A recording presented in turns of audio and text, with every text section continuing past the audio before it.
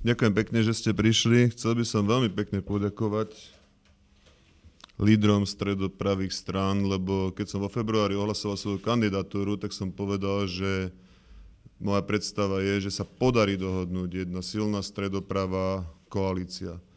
Ten fakt je jednoducho stojí dnes v tejto miestnosti a ja som na to veľmi, veľmi hrdý a zároveň je to pre mňa aj veľmi, veľmi silný záväzok. To, čo som chcel povedať na pôde polikliniky v Petržalke, ktorú sme vybrali úmyselne, nevybrali sme nič z tých štandardných miest, kde sa robia tlačové konferencie, vybrali sme polikliniku v Petržalke ako symbol toho, čo od februára spolu so svojím tímom tvorím. Od februára spolu so svojím tímom prešli sme každú jednu obec v Bratislavskom kraji, prechádzali sme inštitúcie, ktoré patria pod vúcku domových sociálnych služieb, polikliniky, školy, tak, aby sme dokázali priniesť jeden dôveryhodný program, ktorý bude programom pre Bratislavskú župu. Ako spomenul pán kolega Dostál, je to program, ktorý má za úlohu vrátiť dôveru v Bratislavskú župu. Lebo to je to, čo ľudia najsilnejšie v území vnímajú, že Bratislavská župa je župou pre úradníkov, chová sa ako úrad, nie je to zastupiteľstvom, ktoré zastupuje občanov z celého Bratislavského kraja. A v tomto zmysle rola župana ako človeka voleného všetkými obyvateľmi Bratislavského kraja je absolútne nezastupiteľná.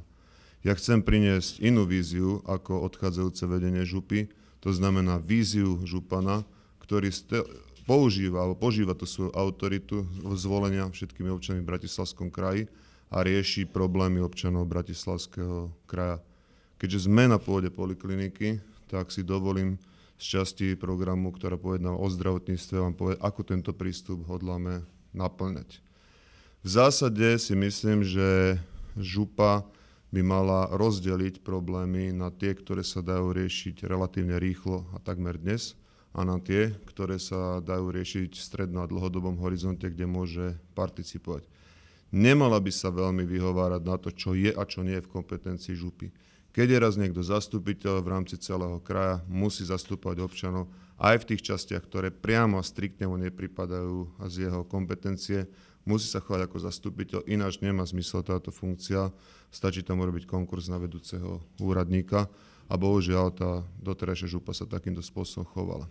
V prípade zdravotníctva to, čo sa dá urobiť hneď alebo hneď a rýchlo, sú veci, ktoré súvisia hlavne s informovanosťou a hlavne s istou synchronizáciou. Mám na mysli to, že župa udeľuje licencie aj lekárňam, aj lekárskym ambulanciám. V tomto zmysle skutočne otázkou krátkeho času po mojom nástupe, kedy budú tieto veci synchronizované tak, aby sa nestávalo, že jednoducho dostanete liek a nemáte príslušnú lekáreň, ak je to v prípade Pezinku alebo niektorých veľkých mestských častí otvorenú. Určite si zavolám týchto poskytovateľov a určite vám ručím za to, že prídeme k dohode, aby každý lekár aj potom v tých pozdejších hodinách prípade na pohotovosti vedel povedať, ktorá lekáreň je otvorená, prípadne ktorá ďalšia ambulancia je otvorená, aby naozaj nemuseli ľudia chodiť cez celé mesto električkou s deckami, aby zistili, že ďalšia lekáreň je jednoducho zavretá. To je vec, ktorá sa dá vyriešiť prakticky hneď a to, ako pokiaľ sa mi podarí vyhrať, to je presne z toho balíka, čo treba urobiť hneď. To, čo treba urobiť v takom vážnejšom alebo strednodobom horizonte z hľadiska zdravotníctva a vyzerá to ako problém, ktorý je relatívne nie veľmi často spomínaný, respektíve nie veľmi silno spomínaný, je to, že máme v tejto chvíli veľmi, veľmi veľký problém s všeobecnými lekármi, nakoľko nám ich populácia starne a je veľmi nízky záujem o to, aby si niekto budoval kariéru všeobecného lekára. Sú tam rôzne administratívne prekážky, sú tam rôzne prekážky, ktoré súvisia s financiami. Mne je úplne zrejme, ako kandidátovi na župana, že to je téma, ktorú bude treba riešiť v spolupráci s ministerstvom zdravotníctva. Ale ja vám tu hovorím na pôde polikliniky tak, ako som prešiel celý ten kraj, tak nebudú mať pokoj odo mňa ani na ministerstve zdravotníctva, kým tieto administratívne prekážky nepadnú, tak, aby lekárska starostlivosť bola lepšia v prospech Bratislavčanov, čo v tomto prípade znamená, kým mladí ľudia nebudú nastupovať do svojich nových ambulancií a nebude to pre nich dostatočne lukratívne a zaujímavé.